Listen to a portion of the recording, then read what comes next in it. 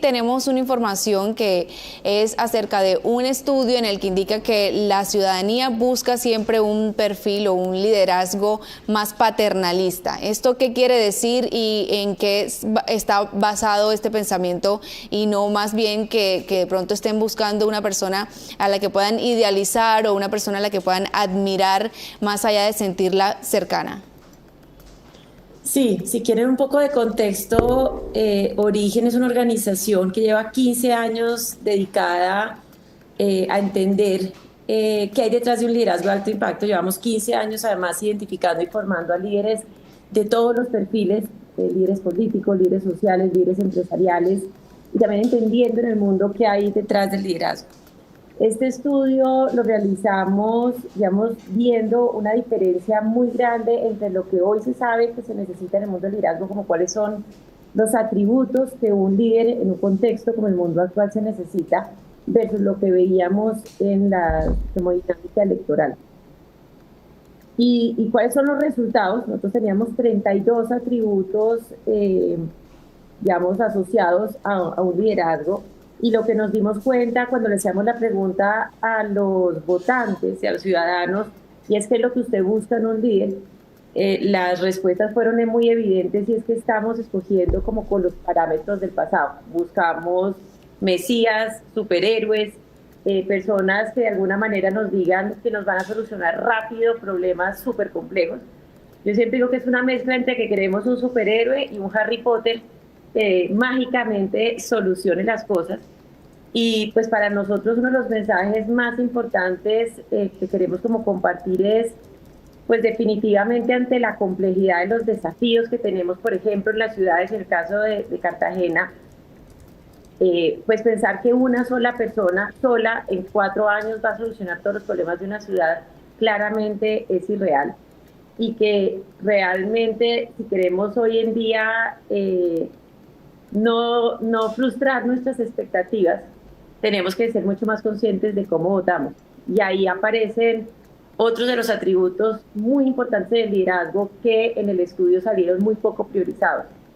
Y son todos los atributos asociados a un liderazgo mucho más colectivo, a líderes que reconozcan, uno, que no se las saben todas,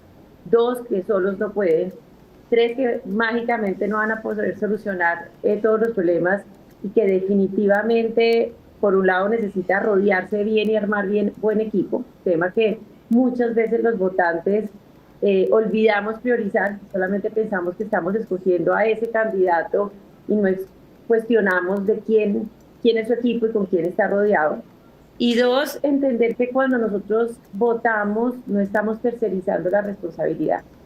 que lograr esos grandes cambios solo es posible si todos entendemos que tenemos una responsabilidad y un aporte que hacer para ayudar a construir una realidad distinta en nuestras regiones y en nuestras ciudades. Rosita, ¿cuáles son esas cualidades que debería tener un líder político hoy en día para poder dirigir o liderar, valga la redundancia, un territorio y que la comunidad y la ciudadanía no se sienta defraudada, entendiendo que, bueno, cuando, como usted lo menciona, cuando como ciudadanos elegimos, pensamos en que esa persona va a ser todo o va a ser quien llevará la batuta y la solución de todos los problemas que han venido sucediendo año tras año en una sociedad?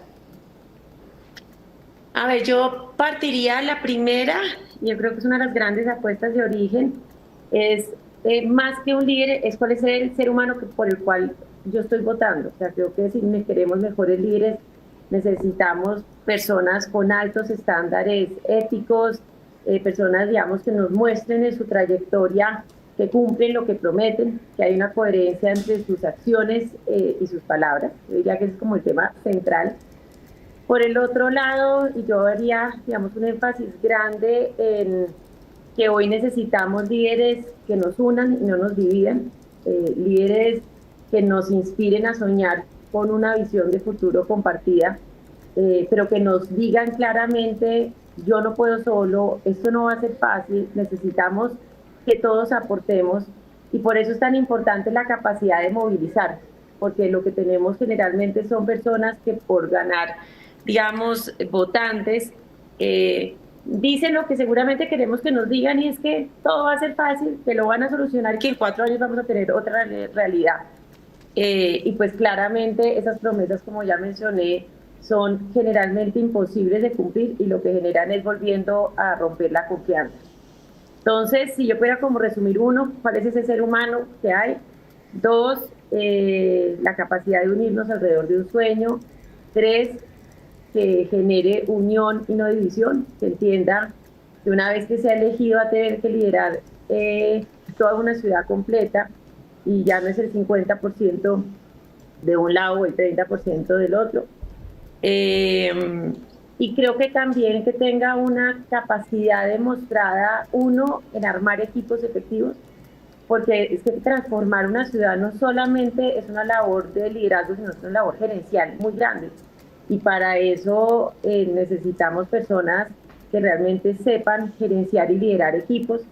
y que demuestren además en su trayectoria capacidad de ejecución, porque es que personas con buenas ideas hay muchas, pero líderes capaces de aterrizarlos y hacer que las cosas sucedan, yo creo que ahí está otro de los grandes desafíos.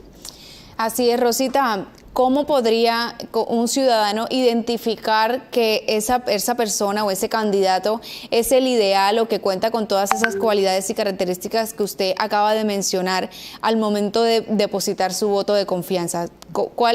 De pronto decirle a la ciudadanía algún tip o algunos tips con los que ellos puedan tomar un punto de partida en el que decir, bueno, voy a analizar a este candidato de esta manera porque necesito saber si va a ser cumplido, si me va o va a ser equipo conmigo como comunidad para poder darle resolución a todos esos problemas que día a día venimos como sociedad denunciando e intentando cambiar en la ciudad, bueno, aterrizándolo más a Cartagena y Bolívar, por ejemplo. Sí, yo diría, uno, como ser mucho más crítico de lo que oigo, porque si en el discurso que estoy escuchando de ese candidato vuelve y aparece ese espíritu de Mesías Salvador, en el que nos está prometiendo cosas que, por más de que uno quiere creerlas, uno sabe que son poco probables, para mí ahí ya habría una alarma como votante. Yo creería que para mí quien se ganaría, o así hablando personalmente, mi voto es a quien yo oiga que tiene la capacidad de un poco hablarme como adulto, y decir, esto es complejo, tenemos unos desafíos que son grandes, va a necesitar que trabajemos juntos, va a ser difícil, pero vamos a salir adelante, los necesitamos a ustedes como votantes, como ciudadanos. Para mí ese sería, digamos, uno de los elementos que yo esperaría de uno de los candidatos. Dos, buscar qué mención hacen de los equipos de gobierno que nos va a rodear, porque muchas veces creo que lo que estamos viendo son en redes sociales 2 o 3 palabritas que dijeron en una entrevista sacadas de contexto, pero no le sacamos tiempo realmente para entender más qué nos está ofreciendo ese candidato, y si no salen las primeras noticias y en los titulares, poder leer un poco más y entender quién rodea al candidato. Y yo creo que ustedes, los medios de comunicación, tienen ahí también una labor muy importante en todos estos debates y en todas estas entrevistas que hacen para también ayudar a que los candidatos puedan, por un lado, contestar quién los rodea y quién es ese equipo, pero también para ser un poquito más críticos cuando los candidatos están haciendo esas promesas maravillosas y ayudar un poco a aterrizar y aclarar, digamos, esas promesas que no son tan cumplibles. Rosita, bueno, en esta campaña me voy a enfocar pues directamente en la contienda que ha venido realizándose para los candidatos a la alcaldía de Cartagena, y hemos visto que hay muchos conflictos entre uno y otro. Digamos que cada uno de los candidatos tiende o ha tendido a sacar durante todos estos meses de campaña los trapitos sucios del otro. ¿Esto cómo debería entenderlo la ciudadanía en un proceso electoral? Es decir, como estamos hablando del liderazgo y el tipo de liderazgo que necesitamos y que como ciudadanos mereceríamos, ¿qué mensaje transmitiría ese tipo de rifirrafes, por decirlo de alguna manera, entre un candidato y otro para simplemente ganar más puntos a la hora de llegar el 29 de octubre a las urnas? Sí, yo te digo, más allá de experta en términos políticos, yo digo como experta como ciudadana. Creo que estando desde el lado del votante, a mí por lo menos lo que me pasa, pues primero es una desesperanza y por el otro lado, y creo que lo mencionaba hace unos minutos, y es que a estos candidatos se les olvida que una vez elegidos nos van a tener que liderar a todos. Entonces, que esa dinámica electoral que lo que hace es sembrar odio entre unos y otros, entre los que, en un candidato y otro, pero al final entre los que siguen a un candidato y siguen al otro, que lo que hacen es alborotar, digamos, el miedo y la desconfianza. Terminan además afectando el estado emocional de una ciudad, en el caso de Cartagena, que lo que necesita es entusiasmo, capacidad de soñar, motivación y confianza para construir una mejor historia para una ciudad tan linda, importante como es Cartagena. Entonces, para mí sí hay un mensaje para los candidatos y es, primero, lo que ustedes siembren en campaña es lo que van a recoger si alguno fue elegido.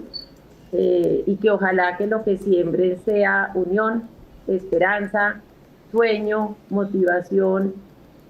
para trabajar colectivamente. Entonces, para mí ese sería como el mensaje que quisiera compartir. Así es, Rosita, súper importante eso, que ojalá lo escuchen, no solamente quienes están en la contienda ahora, sino quienes tienen pensado aspirar más adelante, porque se ha convertido en costumbre el hecho de que peleen entre ellos y usen los debates. Precisamente hoy tenemos 2 debates y hemos visto que anteriormente lo han utilizado para generar este tipo de controversias entre lo que está haciendo el uno y lo que está dejando de hacer el otro. Quiero que ahora nos vayamos un poquito más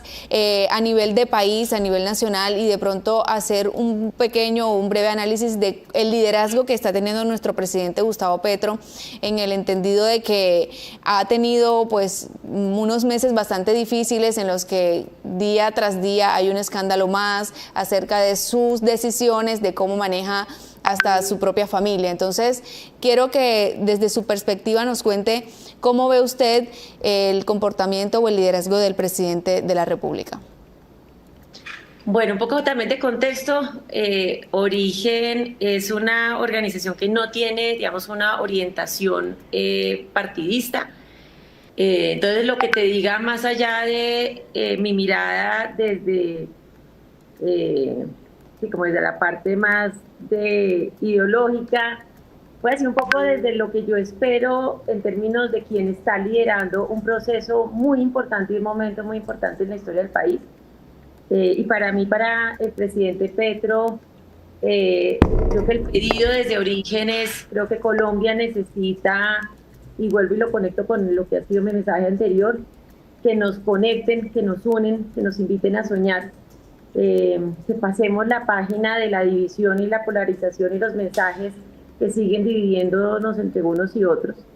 Creo que cuando los momentos son difíciles, y esto estamos hablando no solamente en Colombia, sino a nivel mundial, es cuando más importante es quien tiene, en este caso, el rol de liderar un país, en términos generales, quienes ejercen un rol de liderazgo en momentos de cambio, de incertidumbre y de desafíos como los que vivimos. Entonces, para mí, sí, un pedido y un mensaje, ahora necesitamos que nos inspiren, que nos inviten a soñar, que nos recuerden además que es mucho más lo que nos une que lo que nos separa como colombianos, que Colombia tiene una trayectoria de resiliencia, de fortaleza, de capacidad de crecerse ante los momentos difíciles, pero que también para poder avanzar ante estos desafíos necesitamos el aporte de todos. Y necesitamos, como digo, concentrarnos en lo que nos une y no en lo que nos separa. Y de alguna manera como invitarnos a pensar en grande, que sí es posible construir un futuro distinto, pero no con soluciones mágicas, sino con el aporte y la construcción y la suma de todos. Y yo creo que también para quien ejerce un rol de liderazgo tan importante como la presidencia de la República, para mí, si yo estuviera ahí cerquita, uno de los mensajes es si hay algún tema que creo que es central para construir un futuro distinto en Colombia, es reconstruir la confianza. Un país en el que solamente 1 de cada 10 personas dice confiar en el otro, pues es muy difícil que pueda construir una historia diferente.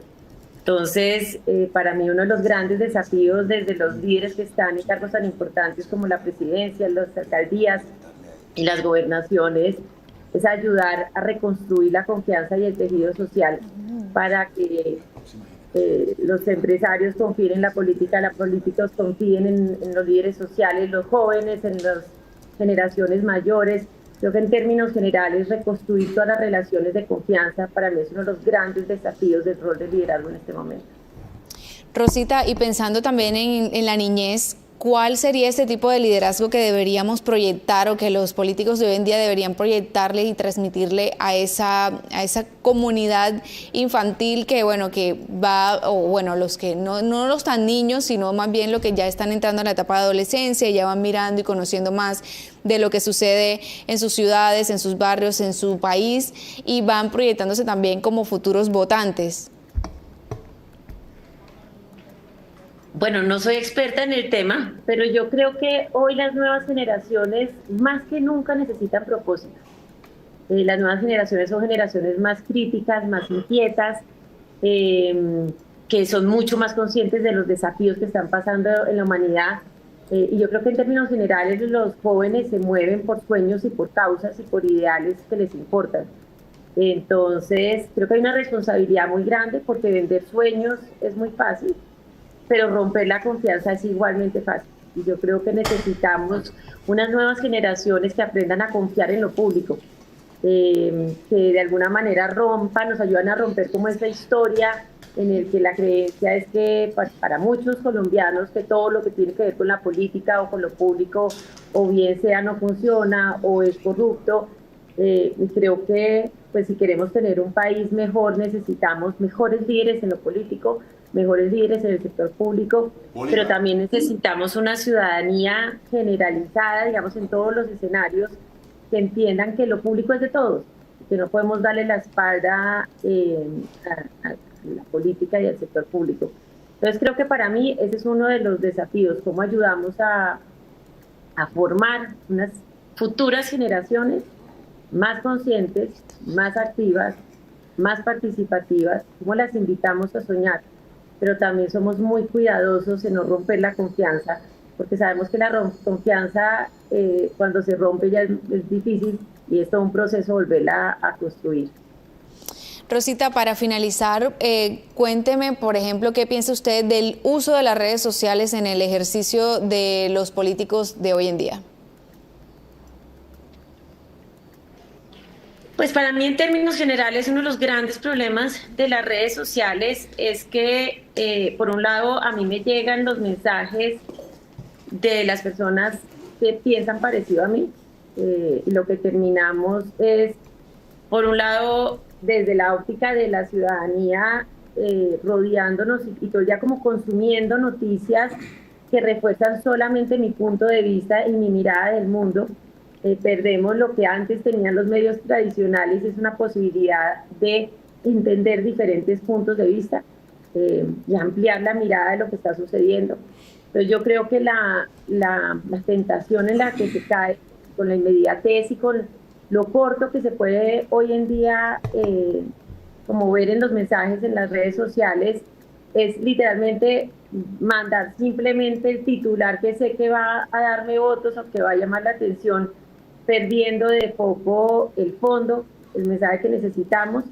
y por el otro lado, como digo, perdiendo la posibilidad de ayudar a que los ciudadanos entiendan de una manera más amplia la complejidad de los desafíos, que en vez de que nos sigamos, como digo, dividiendo y polarizando y subiendo el volumen de las diferencias, que es lo que pasa cada día en las redes, podamos generar también a partir de las redes y la tecnología y el mundo de hoy que ofrece maravillosas oportunidades para conectar mundos distintos, para transmitir mensajes que nos permitan, como digo, recordar todo lo que nos une en medio de toda esta maravillosa diversidad que tiene este país.